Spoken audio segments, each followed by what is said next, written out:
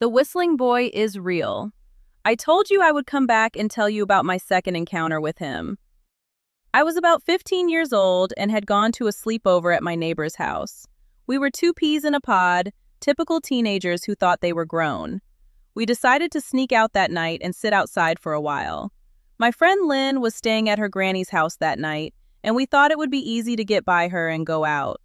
It was about 2 or 3 in the morning, and we walked to the church picnic shelter that was behind the house. I don't know why we felt like going outside. I guess it was because we were doing something we weren't supposed to do. We sat at the tables in the picnic shelter and told ghost stories, laughed, and talked. It was a warm summer night, and we felt so free. I remember Lynn saying, "Did you hear that?" I hadn't heard it at the time, so I got very still and listened. We heard whistling coming from the direction of the road. We jumped up and ran and hid behind an old oak tree and peeped around it to see who was out in the middle of the night. There was a young boy, maybe 10 or 11 years old, walking down the road.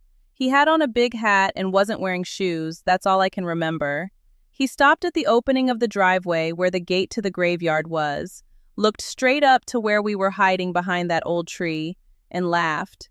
You have to know that we were a good 75 feet away from the road in the pitch black of night. There is no way he would have known we were there. He jumped back into the road and continued whistling as he walked in front of the church, and we lost sight of him. Now, we must have been really stupid because we ran around the side of the church to see if we could find out who this kid was out in the middle of the night. We were the only young people in the area for 2 miles either way. When we got around the church and had a view of the road, we could still hear his feet hitting the pavement and him whistling, but couldn't see him anywhere. There was nowhere for him to go.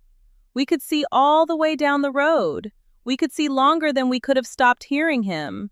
I guess the spirit was letting us know that someone was watching and knew we were being mischievous. We ran as fast as we could and got back inside the house.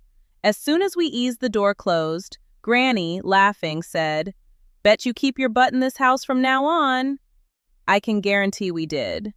The Whistling Boy has been a part of my life as long as I can remember, and truthfully, I hope he always is.